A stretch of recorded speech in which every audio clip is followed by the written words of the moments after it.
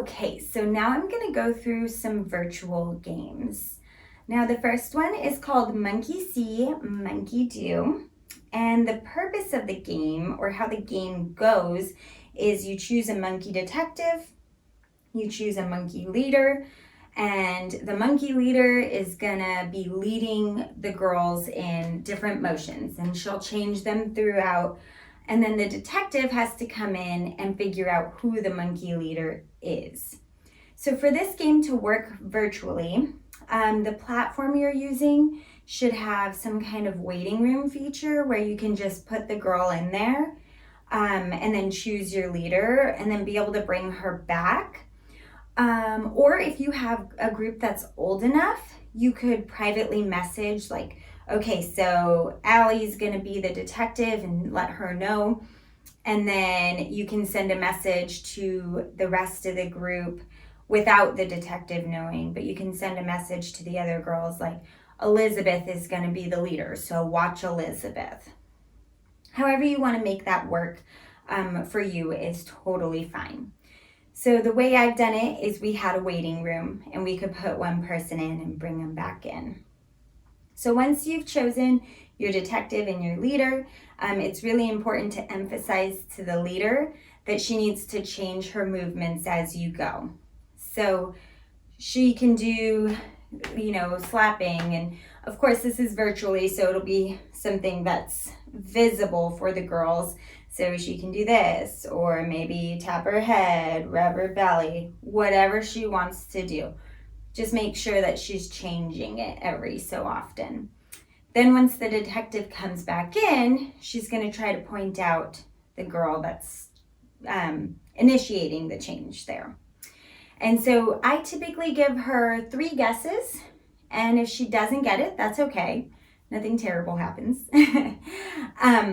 But depending on your group size, so if I have a smaller group and I know I have time, what I'd like to do is once the girls figure out who the leader is, I usually send the leader to go be the detective and then choose a new leader. And so that way the girls all get a chance to play. Now that's also depending on how much time you have. If I have a little bit of a larger group, I just choose 2 new girls every time, so that way I have more opportunity to make sure that the girls all get to have a part in it. So the next game is freeze dance, or in my case, we did mingle freeze dance. So freeze dance is great if you have some way to share your audio with the girls, or if it works out that you can like play music on your speaker and they can hear you fine. That works as well. When I did it, unfortunately, I didn't have a way to share my audio, and I tested out playing music on a speaker and having my computer listen, and it just didn't translate well. So if you're gonna do that, I recommend giving it a little practice run, just to make sure that the girls can actually hear the music. If neither of those options works out, what I did with my group was we did, if you think back to the Land Ahoy game, and they sing mingle, mingle, mingle.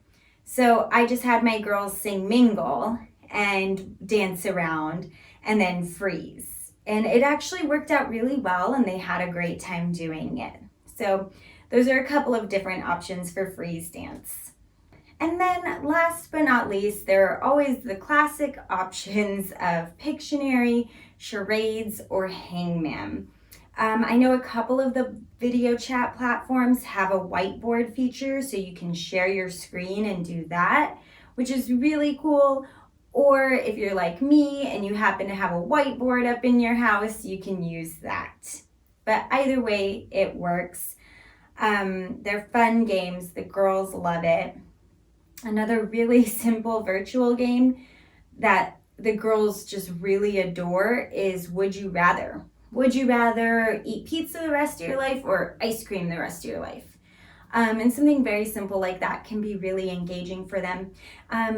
I find I often forget girls just really enjoy talking to you. So when you're doing these virtual programs or virtual meetings, just having that little bit of interaction, just a little conversation. What would you rather do? Really works out well, and it's very entertaining for the girls. So that is all I have for you today. Thank you so much for joining me. If you still need a little help, you can fill out our virtual assistance template to schedule a live appointment with a GSO leader like myself. Thank you.